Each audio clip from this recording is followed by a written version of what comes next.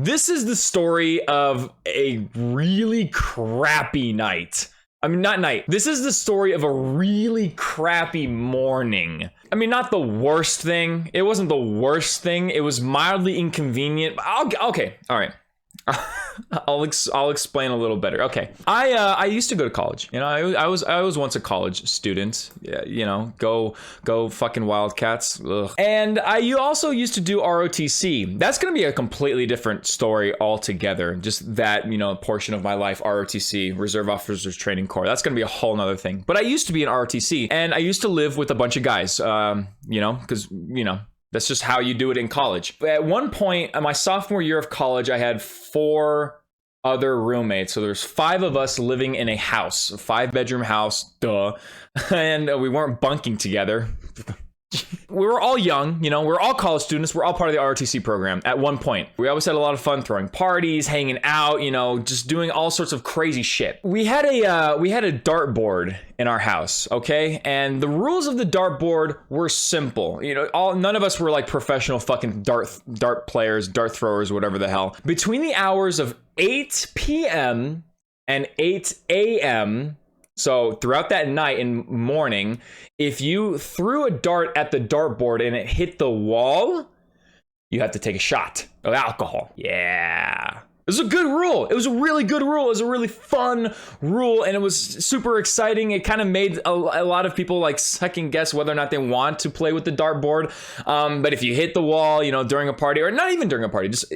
That was the rule. 8 p.m. to 8 a.m. Between that time frame, if you hit the wall, you have to take a shot, okay? Except for one morning. If you know anything about ROTC, if you're a part of the ROTC program in college, you have to get up very early. Very early is in like 4 a.m. and get ready to be on campus at like 5 a.m. to do physical training or lab classes or whatever. The point is, you have to be up very, very, very fucking early. The way we got all of us up is we would go downstairs and use our speaker system to just wake all of us up, and we'd play a song that would just wake up the entire house, if not the entire fucking neighborhood. That's how loud this shit was. And we had like a really good bass and everything, so just shake everything. And that's how we wake everybody up. It was kind of my turn. My turn to wake up the entire house. So I get up, I play the song, and they're kind of taking their sweet ass time. I'm already up, I'm dressed, I'm pretty much ready to fucking go.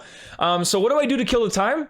I play darts. 4 a.m. in the fucking morning. It's 4 a.m. in the morning and I'm just playing darts. I'm just throwing darts at the dartboard and minding my own goddamn motherfucking business, okay? Fine and fucking dandy. I keep throwing darts. I'm sure you kind of already know where this is going, all right? If you don't, let me refresh your memory. Between the hours of 8 p.m. and 8 a.m., if you hit the fucking wall, you have to take a fucking shot. Okay, 4 a.m. right now, I'm throwing darts, and the rule is still in effect. No one sees me. There's no one out. All my roommates are still in their rooms. They're still getting dressed. They're still getting ready. And I'm just throwing darts in the living room. And then I hit the fucking wall with one dart. I throw a dart, I hit the wall, and I didn't pay any attention to it. I'm like, okay, whatever, I hit the wall. No one's here. If you've ever hit a wall with a dart, it makes a very distinct and pretty loud sound. A pretty loud sound. I was standing back like 12 feet on this dartboard, maybe not that far, but like far enough to where the amount of force that you would need to actually throw the dart and hit the dartboard is one thing, but when you use that same force to throw the dart and you miss and you hit the wall, it makes a sound. It makes a very distinct sound that all of my roommates were very familiar with. So what happens next? You ask? Well, I'll fucking tell you. My 2 bottom roommates, Michael and Kevin, come out and they see who hit the wall with a dart. Once they see my face, they look at me and they go, "Shot!" I have to take a shot now. I tried finding it. I'm like, guys, it's 4 a.m. We have to go do physical training right now. I'm not about to take a shot. I'm not. I'm just not. And they're like, no, you have to take a shot because you're a bitch and you hit the wall because, you know, small pee-pee.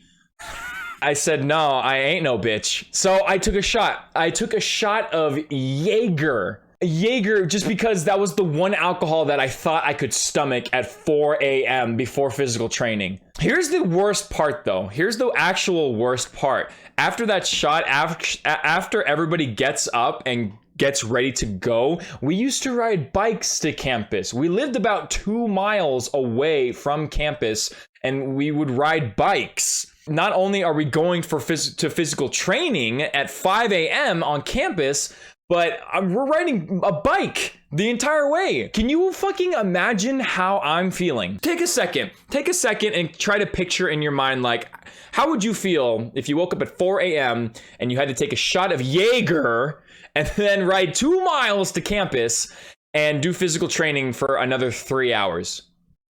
How would you feel? Would you feel like ass? The answers are yes, and all of the above. This was a really shitty morning for me. It was super fucking bad. I felt like ass. I wanted to die. I wanted to heave over, accept my fate, and just fucking perish. It was awful. But I digress.